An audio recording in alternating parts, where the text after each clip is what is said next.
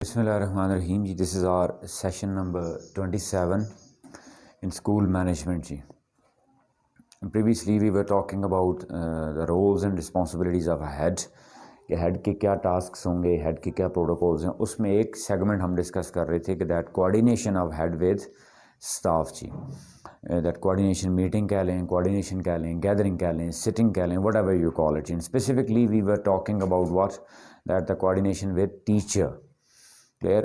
उसमें एक सेगमेंट हमने स्पेसिफिकली अब देखा था उसमें कि वी टॉक्ड अबाउट व्हाट जी, द ड्यूटी रोस्टर जी, और या रूटीन ड्यूटीज़ आप कह लें.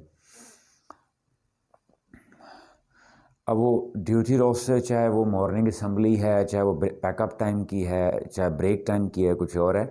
लेकिन हम ख़ास तौर पे हमने दो एरियाज़ देखे थे. एक कौन सा था, असम्बली वाला, मॉर्निंग असम्बली, और दूसरा हमने क्या कहा था, एक्टिविटी कैलेंडर. क्लियर. अब इन दोनों के लिए हमने जो स्टूडेंट्स हैं उनकी पार्टिसिपेशन, जिसके लिए हमने क्या कहा कि that every individual must be given the chance to participate जी, कि हर एक को मौका मिलना चाहिए कि वो पार्टिसिपेट करे. यानी कुछ सेलेक्टिव बच्चे ना हों, यानी वही बच्चे जो मुख्तलिफ इवेंट्स में भी परफॉर्म कर रहे हैं, वही बच्चे मॉर्निंग असम्बली में परफॉर्म कर रहे हैं. यानी ऐसा ना हो. हाउ टू अवॉइड इट जी, उसके को अवॉइड करने का मैकेनिज़्म क्या होगा वो आज हम आपसे शेयर कर लेते हैं. इसी के साथ वो लिंक रखेंगे. ज़हन में रखिएगा कि ये किसका रहा है, ड्यूटीज़ किसकी हैं, टीचर की हैं. ठीक है. लेकिन उसमें एक पॉइंट पहले क्लियर कर लूँ कि मोस्टली होता क्या है, टीचर का असल काम तो जो क्या है टीचिंग है ना. लेकिन बाज़ का जब ऐसी ड्यूटीज़ असाइन हो जाती हैं तो आपको नहीं लगता क्लासेस अफेक्ट हो रही होती हैं. ठीक है. वो यानी परफॉर्मेंस उनकी हो रही होती है. ये जो प्लान हम डिस्कस कर रहे हैं, इसके बाद टीचर का प्रैक्टिकल रोल बिल्कुल ज़ीरो हो जाएगा. ये मैं इसको बड़े वसूख से कह रहा हूँ. ठीक है. मैं कह रहा हूँ कि जो टीचर्स की रिस्पॉन्सिबिलिटी, मिसाल मैंने देखा इवेंट फंक्शन हो रहे हैं कुछ हैं जी, माइक अरेंजमेंट है तो टीचर ही कर रहे हैं, स्टेज है उसको भी टीचर ही संभाल रहे हैं, कंपेयरिंग भी टीचर ही कर रहे हैं, सब कुछ टीचर ही कर रहे हैं. यानी ये जो प्लान है भाई हम डिस्कस करने लगे हैं, अगर आप इसको ट्रू स्पिरिट में समझ के इसकी प्रैक्टिकल इम्प्लीमेंटेशन कर दें तो टीचर का रोल बिल्कुल सिर्फ एक क्या रह जाएगा, गाइड वाला. क्लियर. यानी टीचर ने सिर्फ गाइडलाइन देनी है. ठीक है. सिर्फ उसने एक प्लान बच्चों को या एक मोटिवेट रखना है बस. बाकी सारा काम किस पे आ जाएगा, स्टूडेंट्स पे, बच्चों पे. और जब वो बच्चे करेंगे तो ये इटसेल्फ उनकी ग्रूमिंग भी है. ठीक है. और टीचर से बर्डन भी हट गया है. टीचर अब आराम से बैठ के अपना फंक्शन अटेंड कर सकते हैं. अदरवाइज़ मैंने देखा है विद ड्यू रिस्पेक्ट जी, मुझे बड़ा अजीब लग रहा होता है कि फंक्शन हो रहा है कुछ है और टीचर बेचारे क्या हैं जी, खड़े होकर ड्यूटीज़ परफॉर्म कर रहे हैं जी.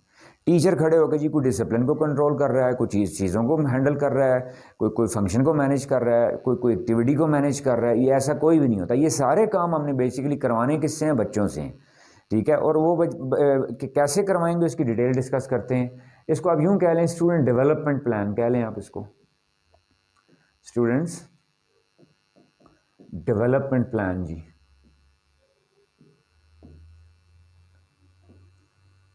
उसको स्टूडेंट ग्रूमिंग प्लान, नाम आप जो मर्जी रखें उसका. ये अब आपका एक पॉलिसी डॉक्यूमेंट बन जाएगा. इसका साथ आपको रिटन हैंड आउट मिल जाएगा जी कि इसका मैकेनिज्म क्या है, कैसे बनेगा. सारा कंप्लीट डॉक्यूमेंट आपको उसका प्रोवाइड कर दिया जाएगा. यहाँ उसका एक स्पिरिट डिस्कस कर लेते हैं कि वो है क्या और फंक्शन कैसे करेगा वो.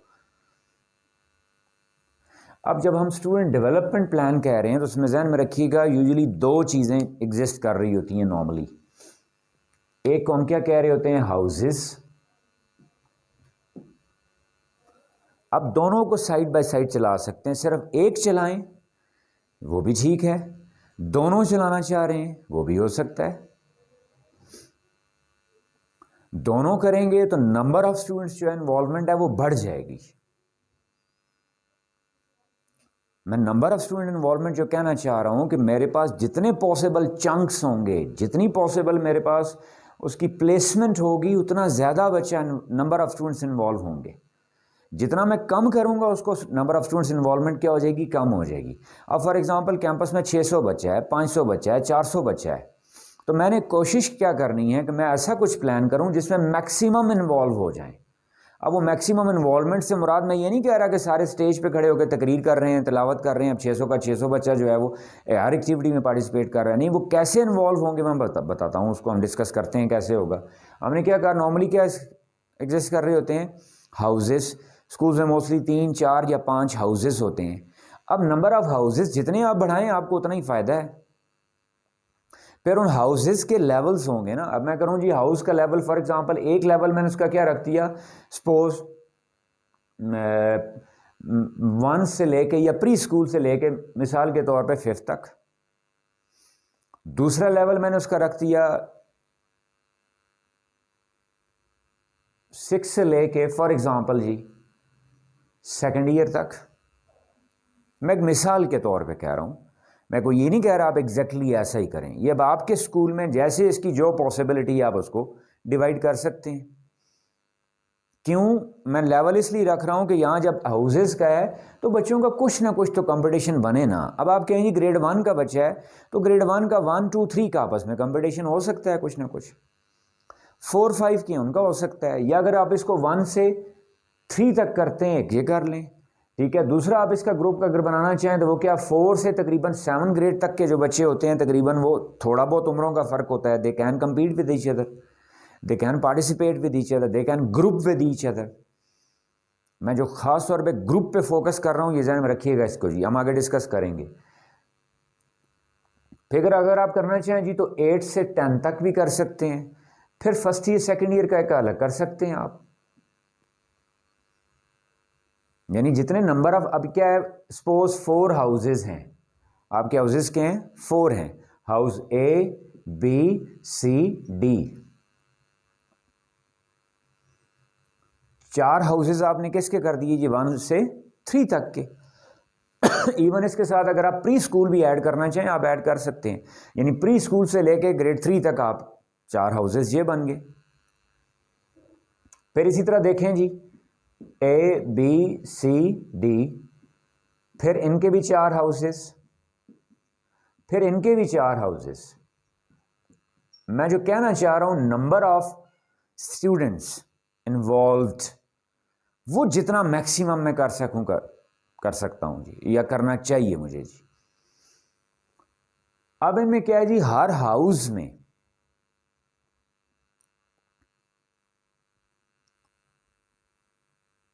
दो आगे मजीद आपने एंटिटीज बनानी है, एक ऑर्गेनाइजर एंटिटी और एक participant entity ji.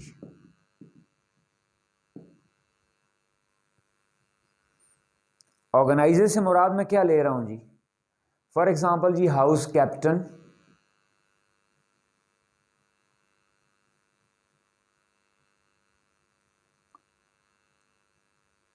am I clear जी, हाउस कैप्टन और उसके साथ अगर आप वाइस कैप्टन, प्रेसिडेंट या सेक्रेटरी, कोई जो नाम आप टाइटल देना चाहें जितने आप दें।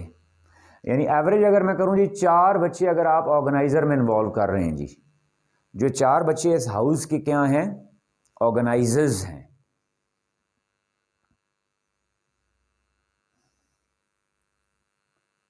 This is a part of the training जी, ध्यान में रखिएगा तालीम और तरबियत। मेरे माइंड में क्या है, उनको कोई स्पोर्ट्स करवाना नहीं, मेरे माइंड में क्या है, उनको कोई एक्टिविटीज में बहुत अच्छा परफॉर्मर बनाना, not at all. Just one point agenda जी, देयर एंगेजमेंट, देयर इन्वॉल्वमेंट, टूटी फूटी इन्वॉल्वमेंट जी, गाइडेड इन्वॉल्वमेंट। जितना लेवल छोटा है आपको वो गाइडेड होगा, but let them do it जी, उनको खुद करने देना है। सपोज अब मैं खास तौर पे ये मिसाल ले रहा हूं, जो सबसे छोटा लेवल हमने रखा है कि प्री स्कूल से 3 तक या ग्रेड 1 से ग्रेड 3 तक, ठीक है। अब इनका ये तो हर वक्त गाइडेड होगा, ये तो हर वक्त टीचर करवाएंगे उनसे, लेकिन आपने उनको एक नॉमिनेट तो कर दिया ना, आपने उनको एक बैज तो दे दिया ना। That badge matters a lot जी, that badge grooms that child जी। और नंबर ऑफ पार्टिसिपेंट वो कैसे होंगे उसको ध्यान में रखिएगा। दूसरा एक सेगमेंट हमने अभी डिस्कस करना है, स्टूडेंट काउंसिल, स्टूडेंट काउंसिल। ये दो चीजों को पैरेलल लेके चलना है जी। और आप देखिएगा सैकड़ों बच्चे पूरे स्कूल से इन्वॉल्व हो सकते हैं इसमें जी। अब वो किस चीज में पार्टिसिपेट करेंगे ध्यान में रखिएगा, वो पार्टिसिपेशन के सेगमेंट्स क्या होंगे वो सेगमेंट्स आपको कहां से मिलेंगे? स्टूडेंट काउंसिल से। अब जरा सारा सपोज अगर मैं कह रहा हूं प्री स्कूल से लेके सेकंड ईयर तक है आपका जी, प्री स्कूल से कहां तक है? सेकंड ईयर तक। अब देखें इसका भी इसी तरह ऑर्गेनाइजर पार्टिसिपेंट ग्रुप हो गए नहीं हो गए, इसके भी ऑर्गेनाइजर पार्टिसिपेंट, ऑर्गेनाइजर पार्टिसिपेंट। अगर करूं, ये मैंने कितनी स्लॉट्स बनाई थी? 4, यानी 16 ऑर्गेनाइजर्स आपने यहां से ले लिए और डजन्स ऑफ पार्टिसिपेंट्स आपको यहां से मिलेंगे। फिर स्टूडेंट काउंसिल के भी अलग ऑर्गेनाइजर्स होंगे, ध्यान में रखिएगा।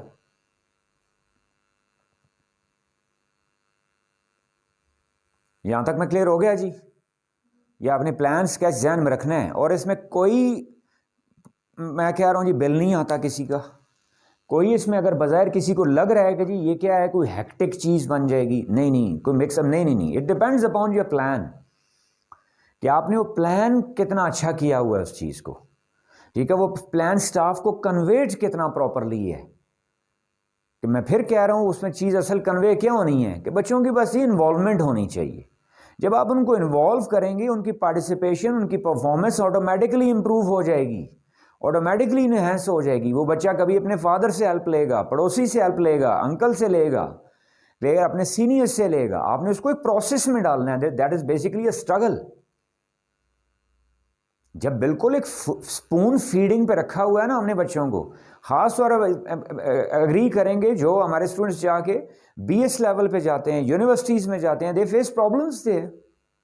उनको इवन वहां ये नहीं पता होता मल्टीमीडिया ऑन कैसे करना है, प्रेजेंटेशन देनी कैसे है, या टेक्नोलॉजी का यूज़ कैसे करना है। और हम उन बेचारों पे गिला कर रहे होते हैं, क्यों? हमने अपनी एजुकेशन प्रोसेस में, स्कूलिंग में ये चीज़ें डाली ही नहीं होती हैं। अगर उनकी वो ये नीचे लेवल से उनकी इस तरह ग्रूमिंग हो जाए, तो आगे जाके यूनिवर्सिटी लेवल पे, इवन प्रोफेशनल लाइफ में वो बड़े बड़े इवेंट्स पे प्लान कर सकते हैं, ऑर्गेनाइज कर सकते हैं वो। हम क्लियर जी? और ये क्या है? The part of their management. और मैनेजमेंट कौन सी? इंटरनल एंड एक्सटर्नल बोथ ची। ये 2 वर्ड्स ध्यान में रखिएगा। Internally they are getting organized, externally they'll be automatically organized। उनकी विदिन ऑर्गेनाइजेशन आएगी, उनके एप्टीट्यूड में ऑर्गेनाइजेशनल एप्टीट्यूड आएगा, उनकी ट्रेनिंग में शामिल हो जाएगी ये चीज, सेंस ऑफ कोलैबोरेशन। और जो मैंने क्या कहा था, this all is serving 1 point agenda जी, SQ, सोशल कोशेंट। फिर आप कोई भी जो स्कूल के ऑनर हैं, हेड हैं, आप बड़ा बबांगे दोहल ही अनाउंस कर सकते हैं कि जी आपके सिस्टम में बच्चों के SQ पे, सोशल कोशेंट पे खास तौर पे बहुत ज़्यादा काम होता है जी, जो कि इस वक्त की ज़रूरत है, 21वीं सदी की ज़रूरत है, जो हालात का तकाजा है। अब जी पहले ये हाउस फॉर्मेशन आपकी कैसे होनी है जी, दिस इज़ वेरी इंपॉर्टेंट जी। अब जब मैंने ग्रेड 1 to 3 किया, उसमें अगर नंबर ऑफ सेक्शंस हैं, सपोज ग्रेड 1 के 4 सेक्शन हैं, मिसाल ग्रेड 2 के 2 सेक्शन हैं, सपोज ग्रेड 3 के 5 सेक्शन हैं, तो आपने क्या करना होता है? रैंडमली जी, रैंडमली बच्चे चुनने होते हैं। वो रैंडमली से मुराद क्या है कि ऐसा ना हो कि एक हाउस में सारे जो हैं वो बेस्ट परफॉर्मर आ जाएं, दूसरे हाउस में सारे एवरेज परफॉर्मर्स आ जाएं, तीसरे हाउस में सारे, ये क्या होता है? With the help of teachers जी, कोलैबोरेशन। कि अगर मैं उनको डिवाइड ही करता जा रहा हूं तो उनकी जो डिवीजन है इन हाउसेज में, फॉर एग्जांपल मैंने क्या हाउस रखा था? A, total number of students मेरे पास फॉर एग्जांपल कितने हैं जी? 100। मिसाल के तौर पे ग्रेड 1 से 3 में या प्री स्कूल से 3 में मेरे पास कितने बच्चे हैं? 100। तो एक हाउस में इसका मतलब है कितने बच्चे आएंगे? 25 आएंगे ना। तो अब इन 25 बच्चों की सिलेक्शन कोई इतनी बड़ी रॉकेट साइंस नहीं है। इन 25 बच्चों की सिलेक्शन ऐसी होनी चाहिए कि जिनमें कोई एक आध अच्छी किरात करने वाला बच्चा, एक आध नात पढ़ने वाला बच्चा, एक आध थोड़ा 2-4 लफ्ज बोलने वाला बच्चा, मैं सारों में मिक्सर करूंगा। क्लियर? This division. और ये कब होती है जी? सेशन के स्टार्ट में।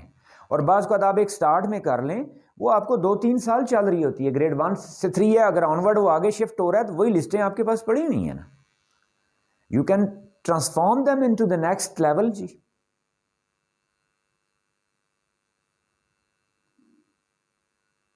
लेकिन दिस इज़ वेरी इंपॉर्टेंट, इसको मैं लाइट नहीं लूँगा। अब मैं कहूँ जी एक्टिविटीज़ एक्टिविटीज़ एक्टिविटीज़ एक्टिविटीज़ सिर्फ तस्वीरों की हद तक रह गई हैं, एक्टिविटीज़ सिर्फ फेसबुक पे लगाने के लिए रह गई हैं। नहीं, वो एक्टिविटीज़ क्या ट्रू स्पिरिट में और भी रही हैं। हर बच्चा, और ख़ास तौर पे कौन सा बच्चा, जो साइलेंट बच्चा है, जो कोने में बैठ के देखने वाला बच्चा है, जो किसी चीज़ में फ्रंट पे नहीं आता, दैट इज़ माई कंसर्न। क्या वो भी इन्वॉल्व हो रहा है, नहीं हो रहा? उसको किसी न किसी टास्क में इन्वॉल्व करना है। यानी पहली बात क्या होगी जी, हाउस फॉर्मेशन इंपॉर्टेंट है। इसमें एक तरीका क्या बताया जाता है कि जी उसकी अटेंडेंस पकड़ें, ठीक है, अटेंडेंस से लेके रोल नंबर फॉर एग्जांपल 1 2 3 4 से लेके, ठीक है, 4 बच्चे आ रहा उसमें मैं डालता जाऊँ। नहीं जी नहीं, आई डिसएग्री। कर लें, मुझे कोई इतराज़ नहीं है, मुझे कोई इसमें प्रॉब्लम नहीं है, लेकिन ये क्या होना चाहिए, जस्ट बेसिस पे होना चाहिए, ये मिक्सर होना चाहिए। ये ना हो कि सारे के सारे अच्छे बच्चे, मुराद बच्चे सारे ही अच्छे हैं। यहाँ मैं मुराद क्या ले रहा हूँ, जिनका प्रीवियसली कंसंट्रेशन लेवल ज़्यादा रखा गया है, वो किसी एक हाउस में रख दिए जाएं, क्लियर, या किसी 2 हाउसेज में रख दिए जाएं, बाकी 2 हाउसेज में क्या हो जाए, यानी बैलेंस्ड होना चाहिए, उनकी डिवीजन जो है वो क्या हो, बैलेंस्ड हो। यहाँ तक होगी बात जी। अब देखें इसको साथ जी, ये दूसरा सेगमेंट मैंने क्या कहा है, स्टूडेंट काउंसिल जी। आपने क्या करनी है, स्टूडेंट काउंसिल।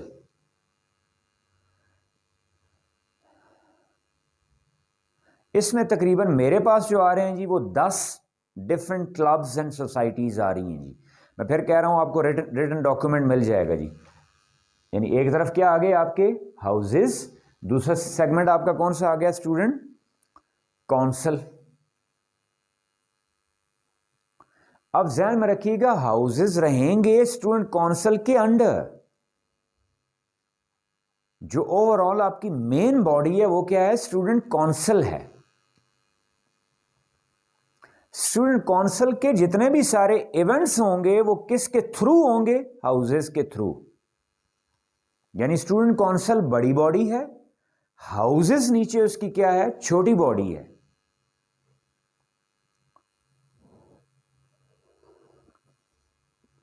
यानी जो आपकी मेन बॉडी है वो क्या है, स्टूडेंट काउंसिल है। स्टूडेंट काउंसिल के अंडर जो उसकी डिवीजन आपने की हुई है, तकसीम की हुई है, वो क्या है, हाउसेस हैं। यानी बच्चा जो सिलेक्ट होके आएगा वो हाउसेस से आएगा, लेकिन वो परफॉर्म कहां पे करेगा, स्टूडेंट काउंसिल में। मैं फिर रिपीट करके कह रहा हूं, स्टूडेंट काउंसिल मेन बॉडी है जी, क्लियर। उसी स्टूडेंट काउंसिल में देखें मैं क्या कह रहा हूं, एक आपका जो क्लब है या सोसाइटी है उसको हम कहेंगे डिसिप्लिन क्लब जी। वो कौन सा है, discipline club.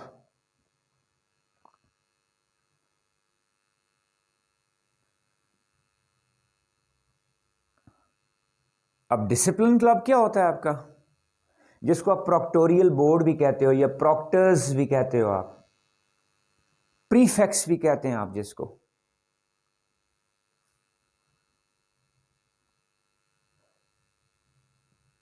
am I clear जी। अब मैं इसमें कौन कौन से क्लब्स एंड सोसाइटीज हैं सिर्फ नाम बताता जाता हूं आपको उसका रिटन प्रिंट आउट मिल जाएगा जी। सपोज एक डिसिप्लिन क्लब हो गया जी आपका, लिटरेरी सोसाइटी हो गई। अब लिटरेरी सोसाइटी मेन लिख लें, फिर बाद में बताता हूं। आर्ट्स क्लब हो गया जी, ड्रामा क्लब हो गया जी, social club, science club, sports club, event organisers, adventure club, entrepreneurs club,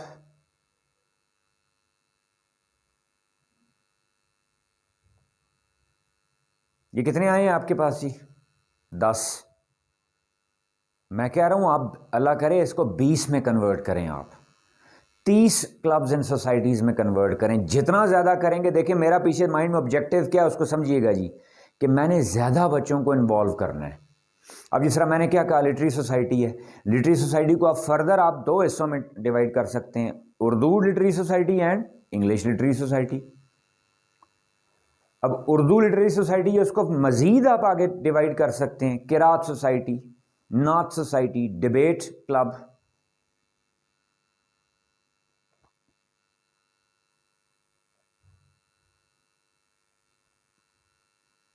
समझ आइए बात की जी। आप फर्दर डिवाइड कर लें उसको, 3 4 5 बन जाएंगी उसकी आपकी। जिस तरह मैंने क्या कहा, फाइन आर्ट्स क्लब है जी, या आर्ट क्लब है। अब आर्ट क्लब में क्या हो सकता है जी, इसमें फर्दर आप इसको डिवाइड कर सकते हैं। For example calligraphy society, painters club जी, फोटोग्राफर्स क्लब जी, मूवी मेकर्स क्लब जी, कोई कोई मिसाल।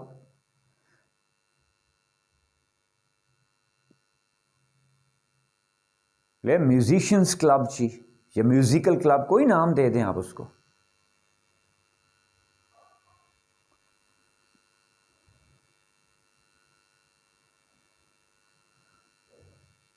Are you getting my point? यानी मैंने मेन सपोज 10 सेगमेंट्स रखे मिसाल के तौर पे एक समझाने के लिए। उन 10 के आगे देखें, हर एक के 2 3 4 5 बन सकते, नहीं बन सकते? बन रहे हैं ना। अब उसी में देखें स्पोर्ट्स क्लब भी आपका आ गया, नहीं आ गया? यानी पूरे साल के जो स्पोर्ट्स के इवेंट्स हैं वो बस स्पोर्ट्स क्लब का काम है जी। मैं आपको कहा रिटन डॉक्यूमेंट मिल जाएगा आपको इसका, ये सारा कैसे फंक्शन करेगा। या मैं उसको जुबानी उसकी सिर्फ ट्रू स्पिरिट, जब स्पिरिट क्लियर ना हो देखा वो उसकी इंप्लीमेंटेशन प्रॉपर नहीं हो पाती जी।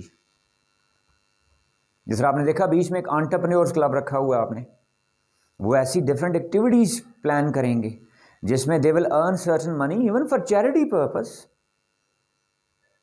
वो उसको चैरिटी पर्पस के लिए यूज कर सकते हैं। वो जिस तरह नहीं आपका स्टॉल्स लगाते हैं बच्चे, ये कोई ऐसे प्रोजेक्ट्स बनाते हैं जिन प्रोजेक्ट्स को बाद में दे गो फॉर सेलिंग दैम जी।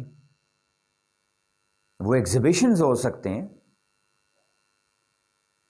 अब सारों के बीच में एक देखा आपने मैंने कौन सा सेगमेंट किया है, इवेंट ऑर्गेनाइजर्स। अब ज़हन में रखिएगा जी, जितने भी कोई एक्टिविटीज़ हैं पूरे स्कूल की, उसको करवाएगा कौन? इवेंट ऑर्गेनाइजर्स जी। अब ज़रा उनकी फंक्शनिंग देखिएगा। फॉर एग्जांपल इंडिपेंडेंस डे आ रहा है जी, 14 अगस्त आ रहा है। अब नॉर्मली क्या होता है, 14 अगस्त को पूरे मंथ में एक ही फंक्शन होता है, नहीं होता स्कूल में। अब ज़रा देखिएगा जी, जब कौंसल्स के आपके 10 क्लब्स हैं, हर क्लब अपनी अपनी तैयारी कर रहा है। यानी फॉर एग्जांपल 1 अगस्त से शुरू करें आप, फाइन आर्ट्स क्लब अपना एग्जीबिशन करवा सकता है। 2 अगस्त को म्यूजिकल ग्रुप कुछ कर सकता है। 3 अगस्त को जो जो आपका एसे राइटिंग, कोई स्टोरी राइटिंग कंपटीशन हो सकता है। 4 अगस्त को कोई डिबेट डेक्लेमेशन कॉन्टेक्स्ट हो सकता है, वो सोसाइटी कुछ कर सकती है। 5 अगस्त को एडवेंचर क्लब कोई छोटा सा शॉर्ट ट्रिप प्लान कर सकता है।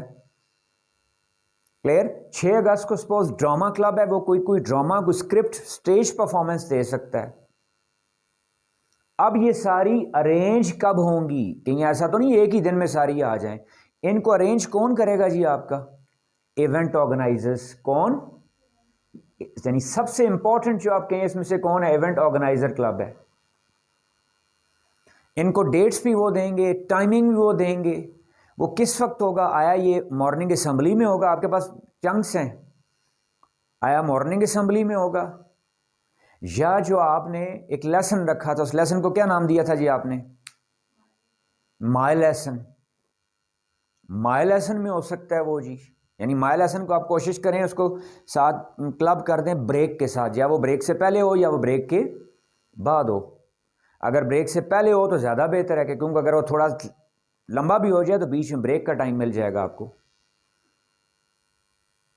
यानी एक्टिविटी से ये मुराद नहीं है कि मैंने उसकी झंडियाँ फूल झड़ियाँ लगाने में 2 दिन ज़ाया कर देने हैं। बच्चों को ट्रेन करना मकसद है, ताकि वो इतने क्विकली ट्रेंड हों कि उनकी क्लासेस बेल हुई है, वो विदिन 5 मिनट्स आके वो अपना माइक हर चीज़ अरेंजमेंट उन्होंने की हुई हो, they may start that thing. My lesson में स्टार्ट कर दें वो, चाहे या वो उसको असेंबली में प्लान कर लें।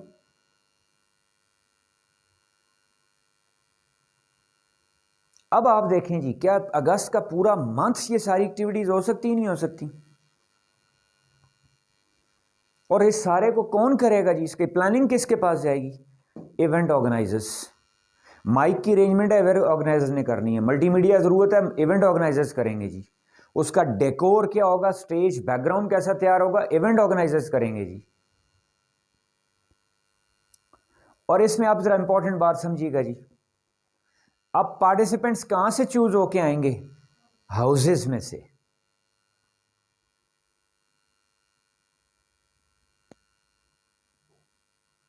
अगर मैं हर हाउस में से डिफरेंट लेवल्स पे कर रहा हूँ जी, अब आपने देखा होगा, यानी अब देखें, मैं बच्चों की इंकरेजमेंट है ना, इस हाउस के अलग पार्टिसिपेंट आ गए, अलग कोई विनर आ गया, इस हाउस का अलग कुछ आ गया, इस हाउस का अलग आ गया, इस हाउस का अलग आ गया। अब बजाय मैंने एक बच्चे को फ्रंट पे रखने के, मेरे पास कितनी लेयर्स तैयार होती आ रही हैं। अब खुद देखिएगा, इन बच्चों में शौक पैदा होगा कि वो इस लेवल पे कब जाएंगे, इन बच्चों में शौक पैदा होगा वो इस लेवल में कब जाएंगे, इनमें शौक पैदा होगा वो इस लेवल पे कब पहुंचेंगे। और फिर आप देखें स्टेज पे जब आप खड़ा कर रहे हैं, मैं मिसाल विनर खड़े कर रहा हूं, नॉर्मली एक विनर है, अब कितने विनर्स आएंगे आपके पास? 4। यानी नंबर ऑफ पार्टिसिपेंट्स बढ़ते जा रहे हैं, नहीं बढ़ते जा रहे हैं। जब नंबर ऑफ इवेंट्स बढ़ेंगे तो नंबर ऑफ पार्टिसिपेशन भी ऑटोमेटिकली बढ़ गई, नहीं बढ़ गई? मल्टीपल वैरायटी मिल रही, नहीं मिल रही? एक बच्चा है सपोज, और कुछ नहीं, फोटोग्राफी में अच्छे, मैंने बच्चे देखे हैं, बोलने में जीरो है सपोज, किसी और काम में जीरो है, फोटोग्राफी ज़बरदस्त कर रहे होते हैं, उनका किस में पार्टिसिपेशन आ गई? फोटोग्राफी में। कोई कैलीग्राफी में आ गया, कोई किसी चीज़ में आ गया। ये यहाँ तक मेरा पॉइंट क्लियर हो गया है जी? यानी मैंने ये क्या कहा है कि 10 आपने क्लब्स बनाए, 10 के आगे फर्दर ब्रांचेस बन सकती हैं, लेकिन ये अब कैसे फंक्शन करेगा इसको समझना ज़्यादा इंपॉर्टेंट है जी। दिस इज वेरी इंपॉर्टेंट जी। ये बेसिकली बॉडी होगी, किसकी? इस बॉडी का हेड कौन है जी? प्रिंसिपल।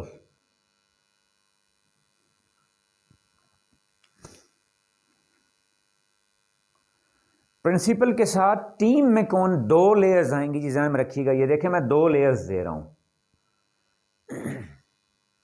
एक कौन आ रहे हैं जी? लिटरेरी सोसाइटी का प्रेसिडेंट, सेक्रेटरी, प्रेसिडेंट, सेक्रेटरी, और 4, 5, 6, 8, 10 जितने मेंबर रखना चाहें वो जी। प्रेसिडेंट, सेक्रेटरी और members, president, secretary and members. मैं फिर क्या कह रहा हूं? 4 मेंबर रखें, 6 मेंबर रखें, 8 मेंबर रखें, अप टू यू। हाउसेस में से चुन के रखना चाहते हैं, वहां से भी हो सकते हैं। अब अगर मैं हर हाउस में से 1 मेंबर लूं, कितने आ गए? 4। हर हाउस में से 2-2 मेंबर लूं, कितने आ गए? 8। अब मैं फिर क्या, अब आप कहें जी सर क्या ग्रेड 1 में से भी? मैं कहाँ लेंगे जी, बच्चा जाके बैठेगा, उसको बैठना आएगा। That he is going for a meeting with what जी? प्रिंसिपल। किसकी मीटिंग हो रही है? स्टूडेंट काउंसिल की। स्टूडेंट काउंसिल की मेन लीडिंग बॉडी की। और देखिए, अब प्रेसिडेंट है, मैं कहां से चुनूंगा? द मोस्ट सीनियर क्लास है जो मेरे पास स्कूल में अवेलेबल है। अगर वो कॉलेज है तो कौन सी क्लास आ जाएगी? 2nd year. अगर वो स्कूल है तो कौन सी? मैट्रिक तक है तो कौन सी आ जाएगी? 10th class. अगर वो मिडिल ईयर्स तक है तो कौन सा आ जाएगा? 8th का बच्चा। अगर वो 5th तक है तो कौन सा आ जाएगा? 5th का बच्चा, वो प्रेसिडेंट हो जाएगा। इज दैट क्लियर जी? और किसके बेस पे? Clear, on the basis of what जी? Their application and merit and interview. कि पहले उनका टीचर से फीडबैक लेना है, व्हाट इज देयर परफॉर्मेंस, उनका एटीट्यूड कैसा है, उनका यूनिफॉर्म कैसा है, उनका स्पोकन एक्सप्रेशन कैसे हैं। फिर उसके बाद उनके इंटरव्यूज हों ताकि वो प्रॉपर अप्लाई करें। एक मैंने एनवायरनमेंट क्रिएट करना है। School is there world.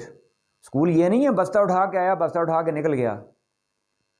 It is there belonging, वो वहां बिलोंग करते हैं वो। अब देखिएगा जी, इसको गौर से सुनिएगा। ये क्या होगी? प्रिंसिपल की मेन बॉडी, एक बॉडी, साथ दूसरी बॉडी कौन सी आ रही है? अब देखिएगा इधर क्या हो गया जी? आपका जो नहीं हेड बॉय, हेड गर्ल या चीफ प्रॉक्टर जिसको आप कह लें। नॉर्मली इंस्टीट्यूट्स में चीफ प्रॉक्टर कौन होता है? टीचर जी। I am against it with apologies.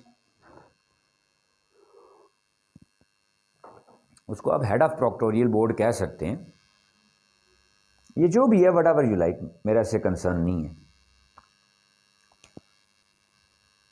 ठीक है, फिर वो कोई डेप्यूटी हेड बॉय है सपोज, या हेड गर्ल है।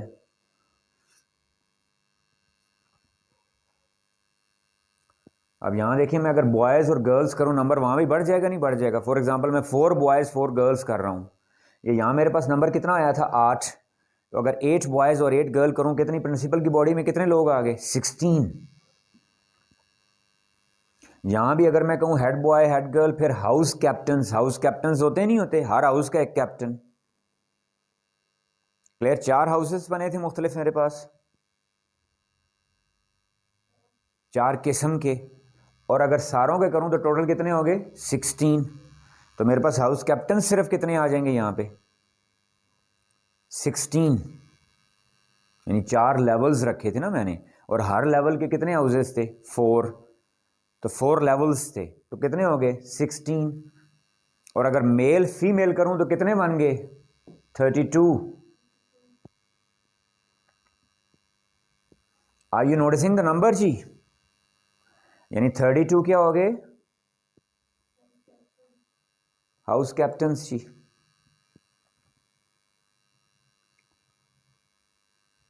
am I clear?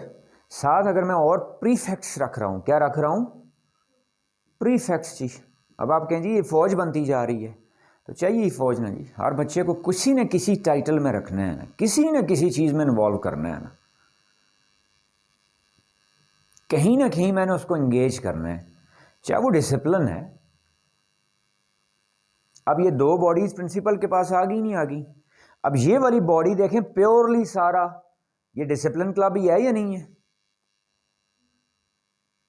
यानी जितने इवेंट्स आप करवा रहे हैं, आप कहें सर ये इवेंट फिर करवाएंगे, बड़ा मसला बनता है जी। मैं आर्ग्यूमेंट्स बताता हूँ जो मैं सुनता हूँ, सर बड़ा इशू बन जाता है, बच्चे आ जा रहे होते हैं, रोज़ इवेंट हो रहा है, फलां हो रहा है। तो आपके पास पूरी देख लें, यहाँ पे 32 से 40 की फौज दर मौज है, आप इसको और बढ़ा सकते हैं।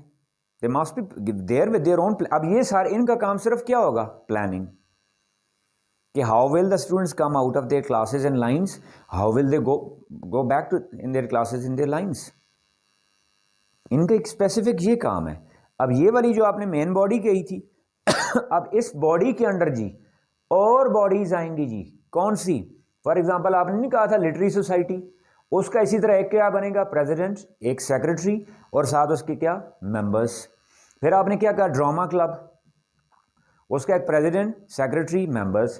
फिर आपने क्या कहा था? एडवेंचर क्लब, उसका प्रेसिडेंट, सेक्रेटरी, मेंबर्स। 60 बच्चा तो आपका मेन यहां पे इन्वॉल्व हो गया, अगर मैं मेन करूं तो। अब लिटरेरी सोसाइटी का अगर आप फर्दर आप डिवाइड करें,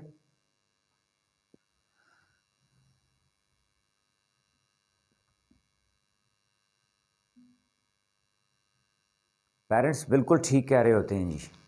पेरेंट्स आके मुझसे डिस्कस करते हैं कि सर हमारा बच्चा 10 साल से स्कूल जा रहा है, वो आज तक कभी किसी इवेंट में उसने पार्टिसिपेट नहीं किया, कहीं पे भी वो नहीं है। और ये आप सारे ज़हन में रखिएगा जी, ये सारे कौन है? ऑर्गेनाइजर्स।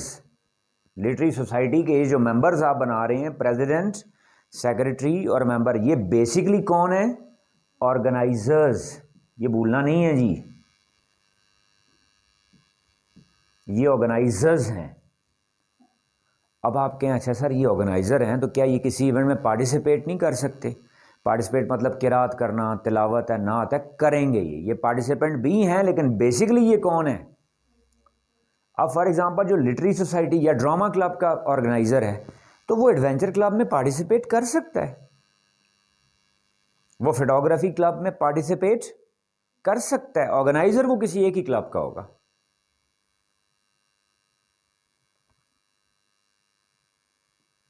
गेटिंग माय पॉइंट जी? और ऐसा ये मैं प्रैक्टिकली कर चुका हूं जी। एक पूरा कैंपस, ये बच्चे सारा सब कुछ करते हैं। आपके यहाँ सराउंडिंग में ऐसे सिस्टम्स मौजूद हैं जहाँ पे ये प्रैक्टिकली हो रहा है। कोई देखना चाहे तो मैं वहाँ जाके दिखा सकता हूँ उनको जी।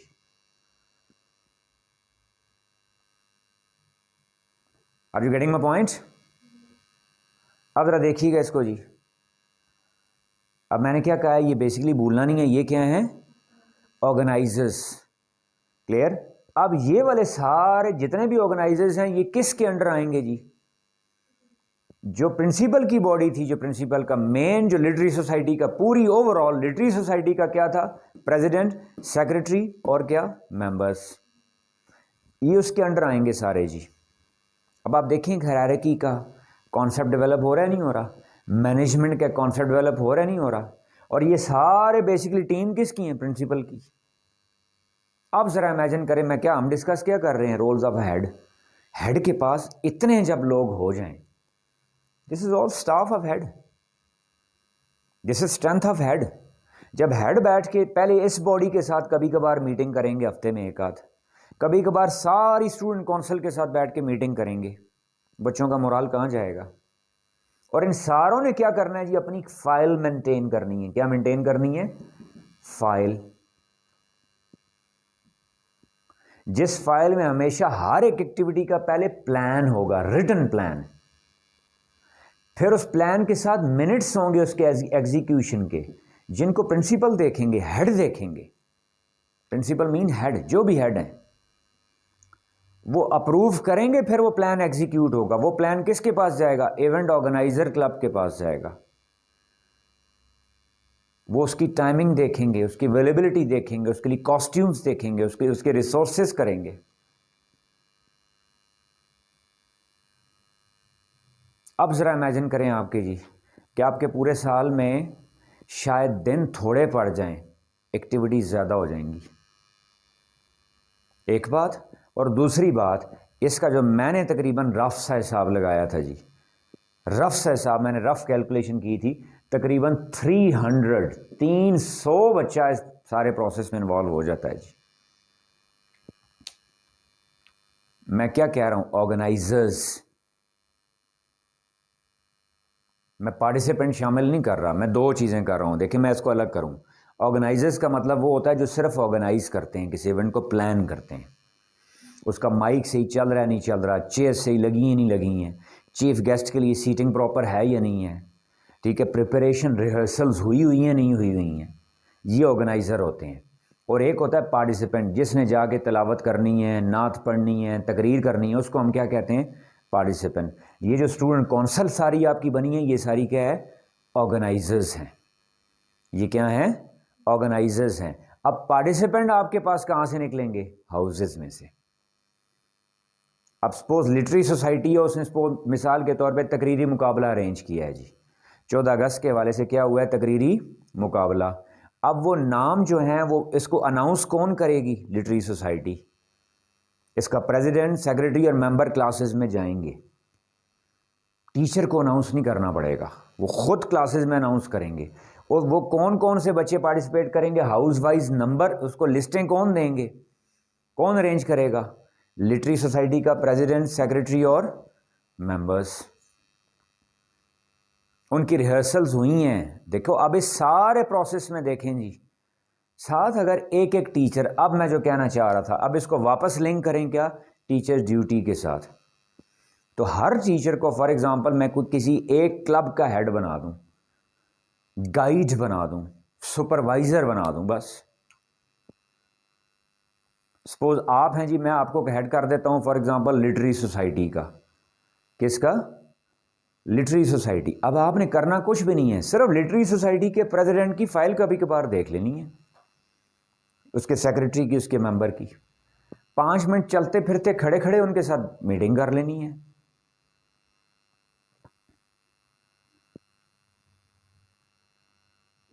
अब आपको ड्यूटीज का समझ में आया जी वहां पे? इसको अब लिंक करें वापस किसके साथ? डिस्कस हमारा क्या हो रहा था? Coordination meeting. उस कोऑर्डिनेशन मीटिंग में मैं उस टीचर से डिस्कस कर लूंगा कि दैट यू आर हेड और you are in charge of what ची? Literary society. आपने करना कुछ भी नहीं है, लेकिन क्या कम से कम आप गाइड भी नहीं कर सकते? कम से कम बच्चों को आप इनकरेज भी नहीं कर सकते, मशवरा भी नहीं दे सकते? You will simply sit there. Who will perform all these task जी? स्टूडेंट्स जी। और फिर क्या ड्यूरिंग क्लासेस ना हो जी? आपने उसका एक माइल लेसन सेपरेट रख दिया, नहीं रख दिया? ठीक है, फिर उसके बाद छुट्टी के बाद भी टाइम है या नहीं है? और मैंने बच्चे देखे हैं जी 5-5, 6-6 बजे तक बैठे हुए, खुद तैयार शौक से करते हुए। उनका स्कूल आने का दिल करता है। और 21वीं सदी की सबसे बड़ी प्रॉब्लम ही यही है जी, बच्चे का स्कूल आने का दिल नहीं कर रहा, वो नहीं आना चाहता इस बोरिंग एनवायरनमेंट में। जब आपने उसको कोई एक छोटा सा टैग ही बेशक बना के दे दिया है कि that he is the member of that society, he is the member of student council, कल उसको इस चीज़ का जब सर्टिफिकेट मिलेगा, वो लाइफ में कहीं जाके फ़ख्र से कह सकता है वो जी। अब यहाँ पे सिर्फ टीचर का रोल कितना रह गया है? एक मोटिवेटर का, एक सपोर्टर का, एक गाइड का। कि हल्का सा आइडिया दे देगा बच्चों को। अगर सपोज आ रहा है फलां मंथ आ रहा है जी, ऐसी कोई एक्टिविटी सोचो ना, इसके बारे में प्लान करो, लिख के लाओ। नहीं प्लान हो रही, थोड़ी सी टिप दे दूंगा, and you will be amazed to know जी बच्चे खुद प्लान करते हैं। They search it from Google, वो ढूंढते हैं। Are you getting my point? और ये अब ये देखें डिस्कस किस में होगा? कोऑर्डिनेशन मीटिंग में, कि वो टीचर, अब हमने, हमारे पास सपोज अगर 10 बने हैं, 10 क्लब्स बने थे ना, तो 10 क्लब में से हर क्लब का एक क्या होगा? एक टीचर इंचार्ज हो जाएगा। इधर हाउसेस कितने बने थे? 4, ठीक है, एक हाउस इंचार्ज हो जाएगा। अब हाउस इंचार्ज का अपना कोई रोल रहा है? नहीं, हाउस इंचार्ज ने खुद तो कुछ नहीं करना, वो हाउस कैप्टन से करवाना है या हाउस मेंबर से करवाना है। am I clear ji? That's all for today ji.